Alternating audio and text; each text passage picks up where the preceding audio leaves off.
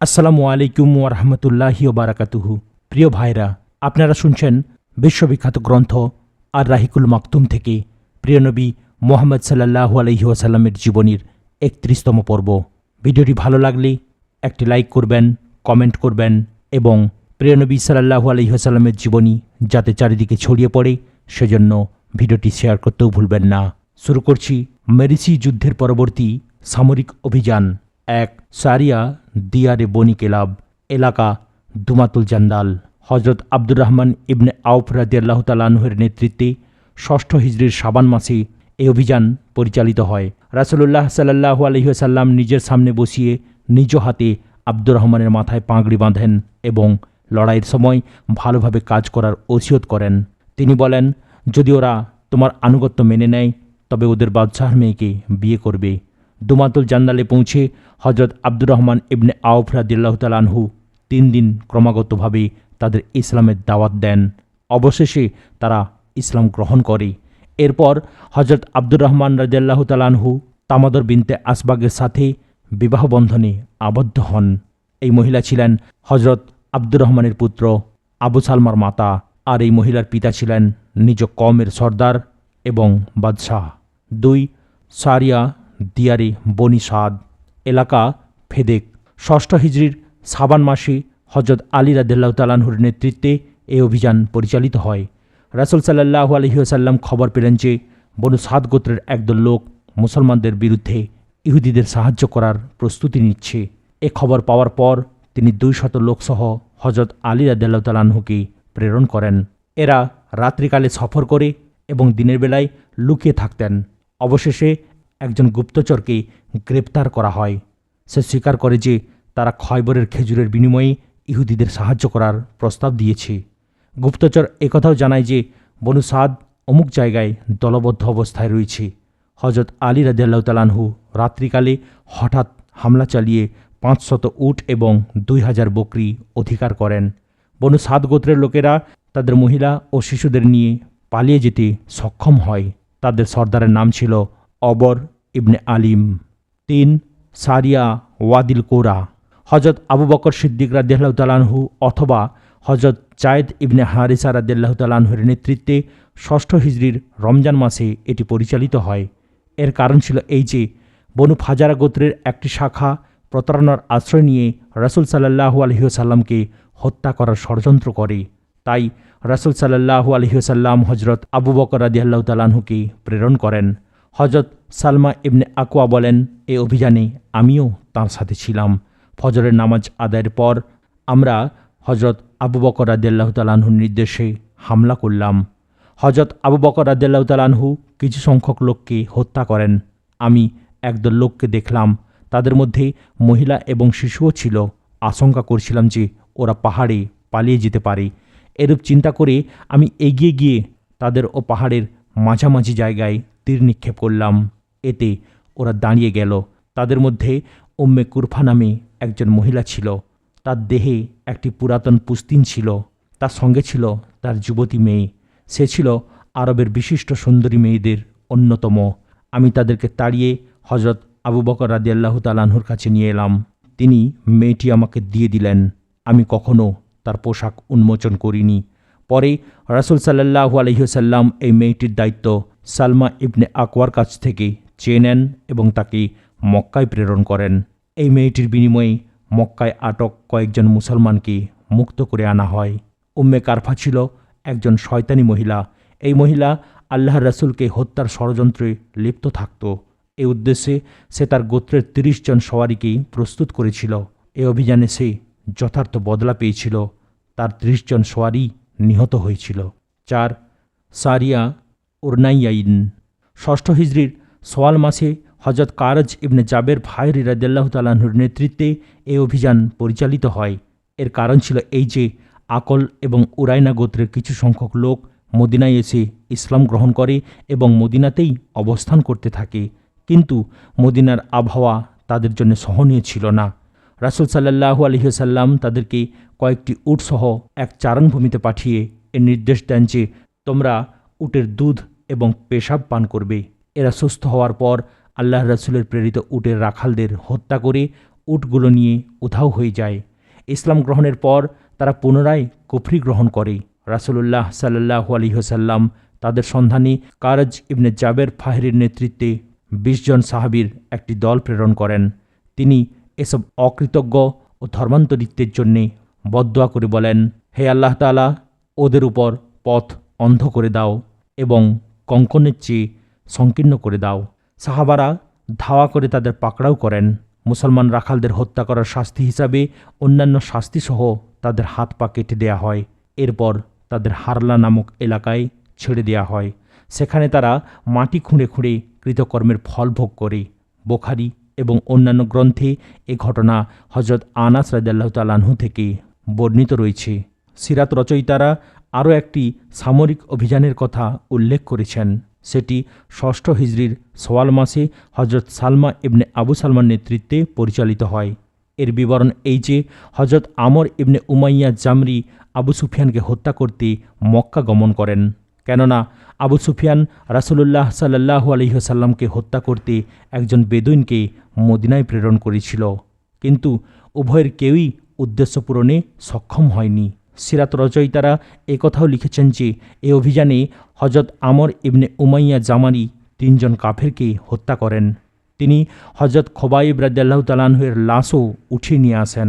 অথচ হযরত খোবাইব রাদিয়াল্লাহু তাআলা আনহুর শাহাদাতের ঘটনা রাজি অভিযানের দিনে অথবা কয়েক মাস পরে ঘটেছিল।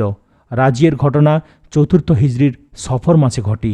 কাজেই উভয় ঘটনা হচ্ছে পৃথক সফরের সময়ের ঘটনা, কিন্তু সিরাত রচয়িতারা কেন এরকম এলোমেলোভাবে উল্লেখ করে বিভ্রান্তির সৃষ্টি করলেন একথা আমি বুঝতে পারছি না। তাঁরা দুটো ঘটনাকেই একই সফরের সময়ের বলে উল্লেখ করেছেন, অথবা এমনও হতে পারে যে ঘটনাক্রমে উভয় ঘটনা একই সফরের সময় ঘটেছিল, কিন্তু সিরাত রচয়িতারা সাল নির্ধারণে ৪র্থ হিজরির পরিবর্তে ৬ষ্ঠ হিজরি বলে ভুল করেছেন। আল্লামা মনসুরপুরী রহমতুল্লাহ আলাইহিও এ ঘটনাকে সামরিক অভিযান বা সারিয়া বলে স্বীকার করতে আপত্তি জানিয়েছেন। আল্লাহ তাআলাই সব কিছু ভালো জানেন। আহজাব ও বনু কুরাইজার পর এ সকল সামরিক অভিযানই পরিচালিত হয়েছিল। এ সকল অভিযানে মারাত্মক সংঘর্ষ বা যুদ্ধ একটিও হয়নি। কয়েকটি অভিযানে সাধারণ হামলা এবং সংঘর্ষ ঘটেছিল। এ সকল অভিযানের উদ্দেশ্য ছিল শত্রুদের ভীত সন্ত্রস্ত ও প্রভাবিত করা। সব কিছু পর্যালোচনায় দেখা যায় যে আহজাবের যুদ্ধের পর পরিস্থিতির দ্রুত পরিবর্তন ঘটে। ইসলামের শত্রুদের মনোবল ভেঙে যায়। ইসলামের দাওয়াত বিনষ্ট করা এবং ইসলামের গৌরব ম্লান করার আশাও শত্রুরা ছেড়ে দেয়। তবে হুদায়বিয়ার সন্ধির পর পরিস্থিতির লক্ষণীয় পরিবর্তন ঘটে। এই সন্ধি প্রকৃতপক্ষে ছিল ইসলামের শক্তিরই বহিঃপ্রকাশ।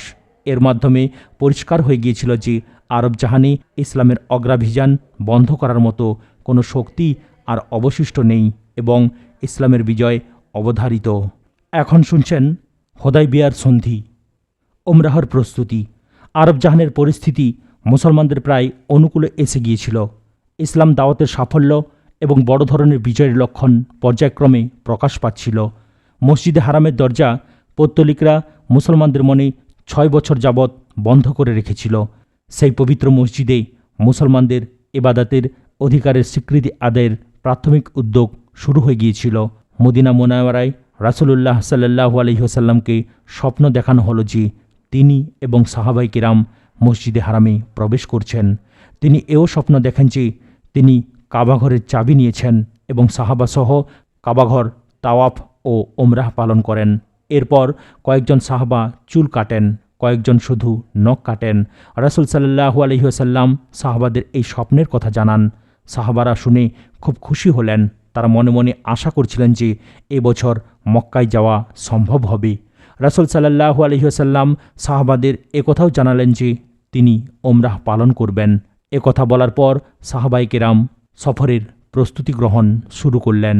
মুসলমানদের রওয়ানা দেওয়ার ঘোষণা। রাসূল সাল্লাল্লাহু আলাইহি ওয়াসাল্লাম তার সঙ্গে মক্কায় যাওয়ার জন্যে মদিনা ও আশেপাশে ঘোষণা করে দিলেন। অধিকাংশ আরব ইতস্তত করছিলেন। ইতিমধ্যে রাসূল সাল্লাল্লাহু আলাইহি ওয়াসাল্লাম নিজের জামা কাপড় পরিষ্কার করলেন। মদিনার দায়িত্ব আব্দুল্লাহ ইবনে উম্মে মাকতুম মতান্তরে নামিনা লাইসি রাদিয়াল্লাহু তাআলা আনহুকে প্রদান করলেন। রাসূল সাল্লাল্লাহু আলাইহি ওয়াসাল্লাম তার কাসওয়া নামক উটনীতে আরোহণ করে ৬ষ্ঠ হিজরির পহেলা জিলকত মক্কা অভিমুখে রওনা হলেন। তাঁর সহধর্মিণী হজরত উম্মে সালমা রাদিয়াল্লাহু তাআলা আনহা সঙ্গী হলেন। সাহাবাদের মধ্যে ১৪০০ মতান্তরে ১৫০০ জন যাত্রা করেন। রাসূল সাল্লাল্লাহু আলাইহি ওয়াসাল্লাম মোসাফের সুলভ অস্ত্র সঙ্গে নিলেন। কোষবদ্ধ তলোয়ার ছাড়া অন্য কোনো অস্ত্র সঙ্গে নেননি। রাসূল সাল্লাল্লাহু আলাইহি ওয়াসাল্লাম এবং মুসলমানরা মক্কাভিমুখে চলছেন। জুলহুলাইফা নামক জায়গায় পৌঁছে রাসূল সাল্লাল্লাহু আলাইহি ওয়াসাল্লাম তাঁর হদিকে সজ্জিত করলেন, উটের কোহান চিরে চিহ্ন দিলেন, ওমরাহের জন্যে এহরাম বাঁধলেন। তিনি এসব এ কারণেই করলেন যাতে সবাই নিশ্চিন্ত হতে পারে যে তিনি কেবল ওমরাহ পালনের জন্যেই যাচ্ছেন, যুদ্ধের কোনো ইচ্ছা নেই। কাফেলার আগে খাজা গোত্রের একজন গুপ্তচরকে কুরাইশদের মনোভাব জানতে প্রেরণ করা হলো। আসফান নামক জায়গায় পৌঁছার পর গুপ্তচর এসে খবর দিল যে কাব ইবনে লুয়াইকে দেখে এলাম, তাদের মিত্রগোত্র আহবিশের লোকদের সমবেত করছে। এছাড়া অন্যান্য জায়গা থেকেও লোক জড়ো করা হচ্ছে। তারা আপনার সাথে লড়াই করা এবং মক্কায় প্রবেশ রোধে প্রতিজ্ঞাবদ্ধ। এ খবর পেয়ে রাসূল সাল্লাল্লাহু আলাইহি ওয়াসাল্লাম সাহাবাদের সাথে পরামর্শ করলেন। তিনি বললেন, তোমাদের কী অভিমত? কুরাইশদের সাহায্য সহায়তা করতে যেসব গোত্র প্রস্তুতি নিয়েছে, আমরা কি তাদের এলাকায় গিয়ে হামলা করব? এরপর যদি তারা চুপচাপ থাকে তবুও যুদ্ধের বিভীষিকা তাদের মন ঘিরে থাকবে। যদি তারা পলায়নপর হয় তবে আল্লাহর ইচ্ছায় হয়তো কারো না কারো গর্দান কাটা যাবে। নাকি তোমরা চাও যে আমরা কাবাঘরের উদ্দেশ্যে রওনা হব এবং যারা পথে প্রতিবন্ধকতার সৃষ্টি করবে তাদের সাথে লড়াই করব? একথা শুনে হযরত আবু বকর সিদ্দিক রাদিয়াল্লাহু তাআলা আনহু বললেন, আল্লাহ তাআলা এবং তাঁর রাসূলই ভালো জানেন, কিন্তু আমরা তো ওমরাহর উদ্দেশ্যে এসেছি, কারো সাথে লড়াই করতে আসিনি। তবে আমাদের এবং বাইতুল্লাহর মধ্যে যারা অন্তরায় হয়ে দাঁড়াবে তাদের সাথে লড়াই করব। রাসূল সাল্লাল্লাহু আলাইহি ওয়াসাল্লাম বললেন, ঠিক আছে, চলো। পরে সকলে মক্কাভিমুখে এগিয়ে চললেন।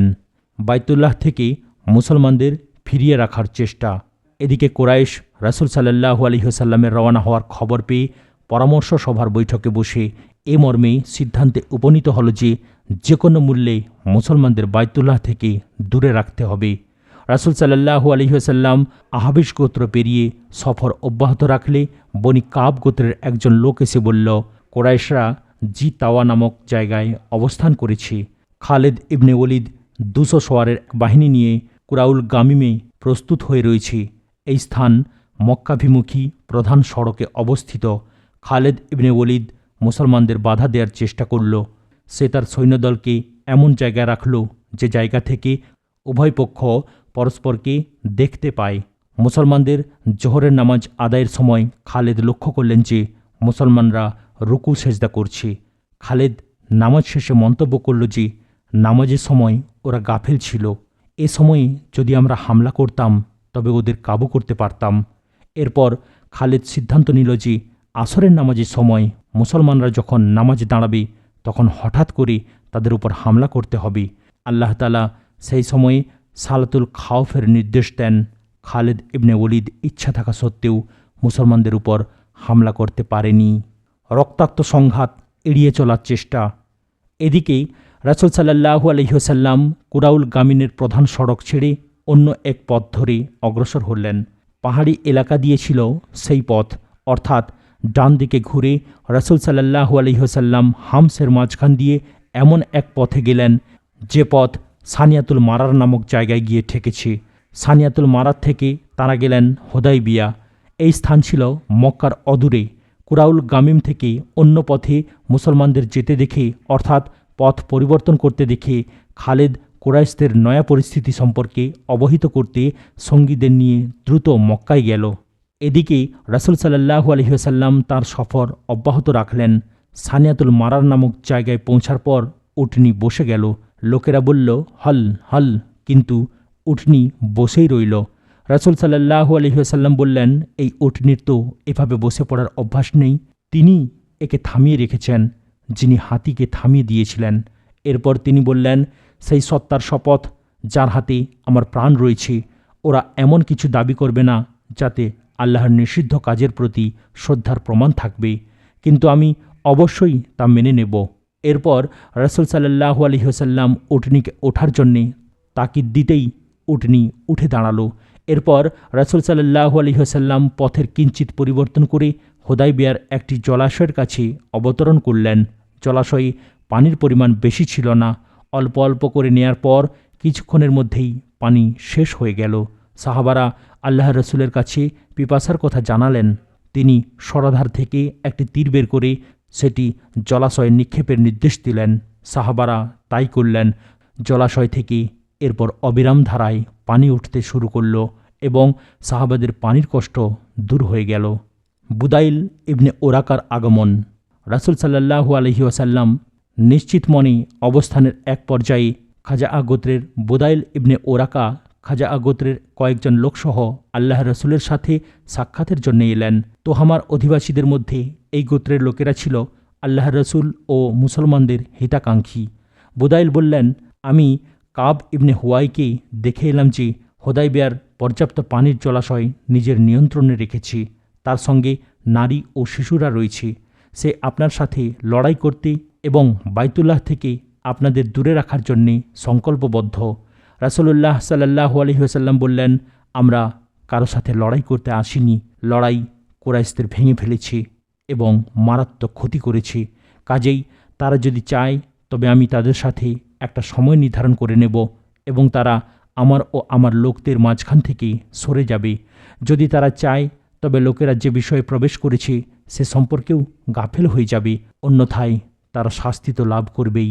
যদি তারা লড়াই ছাড়া অন্য কোনো ব্যবস্থায় রাজি না হয় তবে সেই সত্তার শপথ যার হাতে আমার প্রাণ রয়েছে, আমি দিনের ব্যাপারে ততক্ষণ যাবৎ তাদের সাথে লড়াই করব যতক্ষণ পর্যন্ত আমার দেহে প্রাণ থাকে অথবা যতক্ষণ যাবৎ আল্লাহর ইচ্ছার বাস্তবায়ন না ঘটে। বুদাইল বললেন, আপনার বক্তব্য আমি কুরাইশদের কাছে পৌঁছে দেব। পরে তিনি কুরাইশদের কাছে গিয়ে বললেন, আমি ওদের কাছ থেকে আসছি। আমি তাদের কাছে একটা কথা শুনেছি, যদি তোমরা শুনতে চাও তবে বলতে পারি। নির্বোধরা বলল, আমাদের শোনার দরকার নেই, আমরা তাদের কোনো কথা শুনতে চাই না। বুদ্ধি বিবেক সম্পন্ন কয়েকজন বলল, শুনো তো দেখি কি বলেছে। বুদাইল সব কথা খুলে বললেন। এরপর কুরাইশরা মোকরেজ ইবনে হাফসকে প্রতিনিধি হিসাবে প্রেরণ করল। তাকে দেখে রাসূল সাল্লাল্লাহু আলাইহি ওয়াসাল্লাম বললেন, এই লোকটি বিশ্বাসঘাতক। মোকরেজ এসে আল্লাহ রাসূলের সাথে আলাপ করার পর তিনি এর আগে বুদাইলকে যেসব কথা বলেছিলেন সেসব কথাই বললেন। মোকরেজ ফিরে গিয়ে কুরাইশদের কাছে সব কথা জানালো। কুরাইশদের দূত প্রেরণ। এরপর বনু কেনানা গোত্রের হালিস ইবনে আলকামা নামক এক ব্যক্তি বলল, আমাকে ওদের কাছে যেতে দাও। কুরাইশরা অনুমতি প্রদান করল। ওকে দেখে প্রিয়নবী সাহাবাদের বললেন, এই লোকটি অমুক। সে এমন কওমের সাথে সম্পর্কিত যারা যারা হদির পশুর সম্মান করে, যারা হদির পশুর সম্মান করে। কাজেই পশুপালকে দাঁড় করাও। সাহাবারা পশুপাল দাঁড় করালেন এবং নিজেরা লাব্বাইক বলে তাকে অভ্যর্থনা জানালেন। এই লোকটি এ অবস্থা দেখে বলল, সুবহানাল্লাহ, বাইতুল্লাহ থেকে এদের ফিরিয়ে রাখা মোটেই সমীচীন নয়। অন্য কোনো কথা না বলে সে সোজা কুরাইশদের কাছে চলে গেল এবং বলল, আমি হদির অর্থাৎ আল্লাহর সন্তুষ্টির উদ্দেশ্যে জবাইয়ের জন্যে আনিত পশু দেখেছি। তাদের গলায় বস্ত্রখণ্ড বাঁধা রয়েছে এবং বহু পশুর কোহান রক্তাক্ত করে চিহ্ন দেয়া হয়েছে। কাজেই ওদেরকে বাইতুল্লাহ থেকে ফিরিয়ে রাখা আমি সমীচীন মনে করি না। এরপর কুরাইশদের এবং তার মধ্যে এমন কিছু কথা হলো যে সে ক্ষেপে গেল। ওরওয়া ইবনে মাসুদ সাকাফি এ সময় হস্তক্ষেপ করে বলল, তিনি তোমাদের কাছে একটি প্রস্তাব দিয়েছেন, এই প্রস্তাব গ্রহণ করো এবং আমাকে তার কাছে যেতে দাও। কুরাইশরা তাকে অনুমতি দিল। সে এসে আল্লাহ রসুলের সাথে কথা বলতে লাগলো। বুদাইল এবং তার সঙ্গীদের যেসব কথা বলেছিলেন রাসূল সাল্লাল্লাহু আলাইহি ওয়াসাল্লাম সেসব কথাই পুনরায় বললেন। সেসব শুনে ওরওয়া বলল, হে মুহাম্মদ সাল্লাল্লাহু আলাইহি ওয়াসাল্লাম, বলুন তো, আপনি যদি নিজের কওমকে নির্মূল করে দেন তবে আপনি কি আপনার আগে কোনো আরব সম্পর্কে এমন কথা শুনেছেন যে তিনি নিজের কওমকে নির্মূল নিশ্চিহ্ন করে দিয়েছেন? যদি ভিন্ন রকম পরিস্থিতির উদ্ভব হয় তবে খোদার কসম, আমি এমন সব চেহারা এবং এমন সব উদ্ভ্রান্ত লোকদের দেখেছি যারা আপনাকে ছেড়ে পালিয়ে যাওয়ার মতোই মনে হয়। একথা শোনার পর হযরত আবু বকর রাদিয়াল্লাহু তাআলা আনহু বললেন, লাতের লজ্জাস্থানের ঝুলন্ত চামড়া চোষো গিয়ে, আমরা আল্লাহর রসুলকে ছেড়ে পালিয়ে যাব। ওরওয়া বলল, এই লোকটি কে? সাহাবারা বললেন, এই ব্যক্তি হচ্ছেন হজরত আবু বকর রাদিয়াল্লাহু তাআলা আনহু। ওরওয়া তখন হজরত আবু বকর রাদিয়াল্লাহু তাআলা আনহুকে সম্বোধন করে বললেন, দেখো, সেই সত্তার শপথ যার হাতে আমার প্রাণ রয়েছে, তুমি একসময় আমাকে অনুগ্রহ করেছিলে। যদি তা না হতো এবং আমার সেই প্রতিদান না দেয়া থাকতো, তবে অবশ্যই আমি ও কথার জবাব দিতাম।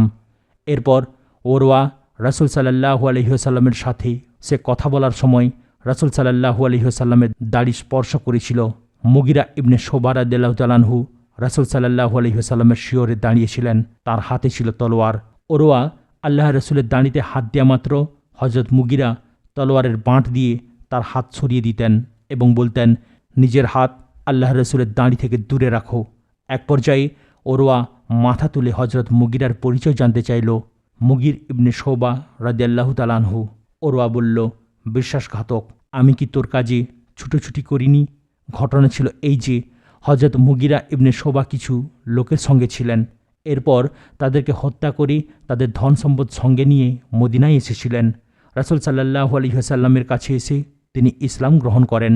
রাসূল সাল্লাল্লাহু আলাইহি ওয়াসাল্লাম বলেছিলেন, তোমার মুসলমান হওয়া আমি মেনে নিচ্ছি, কিন্তু সে ধন সম্পদের সাথে এ ঘটনার প্রেক্ষিতে ওরওয়া ছুটোছুটি করেছিল। এখন সে কথাই বলছে। উল্লেখ্য, হজরত মুগিরা ছিলেন ওরওয়ার ভ্রাতুষ্পুত্র। এরপর ওরওয়া রাসূল সাল্লাল্লাহু আলাইহি ওয়াসাল্লামের সাথে সাহাবাদের বিশেষ সম্পর্কে দেখতে লাগলেন।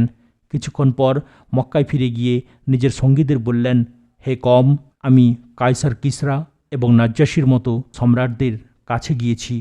আল্লাহর শপথ, আমি কোনো বাদশাহকে দেখিনি যিনি তার সঙ্গীদের কাছ থেকে এত মর্যাদা লাভ করেন, যতটা সম্মান ও মর্যাদা মুহাম্মদকে লাভ করতে দেখেছি। আল্লাহর শপথ, তিনি যখন থুথু ফেলেন, সেই থুথু কেউ না কেউ হাত বাড়িয়ে নিয়ে নেয় এবং মুখে দেহে মাখিয়ে নেয়। তিনি কোনো আদেশ করলে সে আদেশ পালনে সবাই ব্যস্ত হয়ে পড়ে। তিনি উজু করতে শুরু করলে তার পরিত্যক্ত পানি গ্রহণে সঙ্গীদের মধ্যে হুড়োহুড়ি লেগে যায়।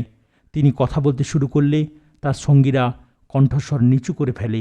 শ্রদ্ধার আতিশয্যে সঙ্গীরা তাঁর প্রতি পূর্ণ দৃষ্টিতে তাকায় না। এমন একজন ব্যক্তি তোমাদের একটি ভালো প্রস্তাব দিয়েছেন। এ প্রস্তাব গ্রহণের জন্যে আমি তোমাদের অনুরোধ করছি। কুরাইশের যুদ্ধবাজ যুবকরা যখন লক্ষ্য করল যে প্রবীণরা আপোষ নিষ্পত্তির ফর্মুলা নিয়ে ব্যস্ত, তখন তারা যুদ্ধ বাঁধানোর পাঁয়তারা করল। তারা সিদ্ধান্ত করল যে রাত্রিকালে চুপিসারে মুসলমানদের শিবিরে গিয়ে এমন হাঙ্গামা শুরু করবে যাতে উভয় পক্ষে যুদ্ধের আগুন জ্বলে ওঠে। পরিকল্পনা বাস্তবায়নের জন্যে এরপর তারা অগ্রসর হয়। রাতের অন্ধকারে 70 অথবা 80 জন যুবক তানঈম পাহাড় থেকে নেমে চুপিসারে মুসলমানদের শিবিরে প্রবেশের চেষ্টা করে, কিন্তু মুসলিম সৈন্য কমান্ডার মোহাম্মদ ইবনে মুসলামা রাদিয়াল্লাহু তাআলা আনহু ওদের সবাইকে গ্রেপ্তার করে রাসূল সাল্লাল্লাহু আলাইহি ওয়াসাল্লামের সামনে হাজির করেন। দয়াল নবী সন্ধির উদ্দেশ্য বাস্তবায়নের জন্যে তাদের সবাইকে ক্ষমা ও মুক্ত করে দেন। এই সম্পর্কে আল্লাহ রাব্বুল আলামিন বলেন, তিনি মক্কা উপত্যকায় ওদের হাত তোমাদের থেকে এবং তোমাদের হাত ওদের হতে নিবারিত করেছেন, ওদের উপর তোমাদের বিজয়ী করার পর। সূরা ফাতিহ আয়াত নম্বর 24। হজরত ওসমান রাদিয়াল্লাহু তাআলা আনহুর মক্কায় গমন। রাসূলুল্লাহ সাল্লাল্লাহু আলাইহি ওয়াসাল্লাম মক্কায় একজন দূত পাঠিয়ে তার আগমনের উদ্দেশ্যে কুরাইশদের কাছে সুষ্ঠুভাবে ব্যক্ত করার প্রয়োজন অনুভব করলেন। এ কাজে তিনি ওমর ইবনে খাত্তাব রাদিয়াল্লাহু তাআলা আনহুকে ডাকলেন। হজরত ওমর রাদিয়াল্লাহু তাআলা আনহু এটি বলে অপারগতা প্রকাশ করলেন যে, হে আল্লাহর রসুল, যদি অমুসলিমরা আমার উপর নির্যাতন করে, তবে মক্কায় বনি কাব গোত্রের একজন লোকও আমার সমর্থনে এসে দাঁড়াবে না।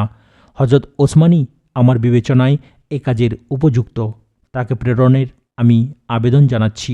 তার গোত্রের লোকেরা মক্কায় রয়েছে এবং তিনি কুরাইশদের কাছে আমাদের আগমনের উদ্দেশ্য যথাযথভাবে ব্যাখ্যা করতে পারবেন। রাসূল সাল্লাল্লাহু আলাইহি ওয়াসাল্লাম তখন হজরত ওসমানকে ডাকলেন এবং কুরাইশদের কাছে যাওয়ার আদেশ দিলেন।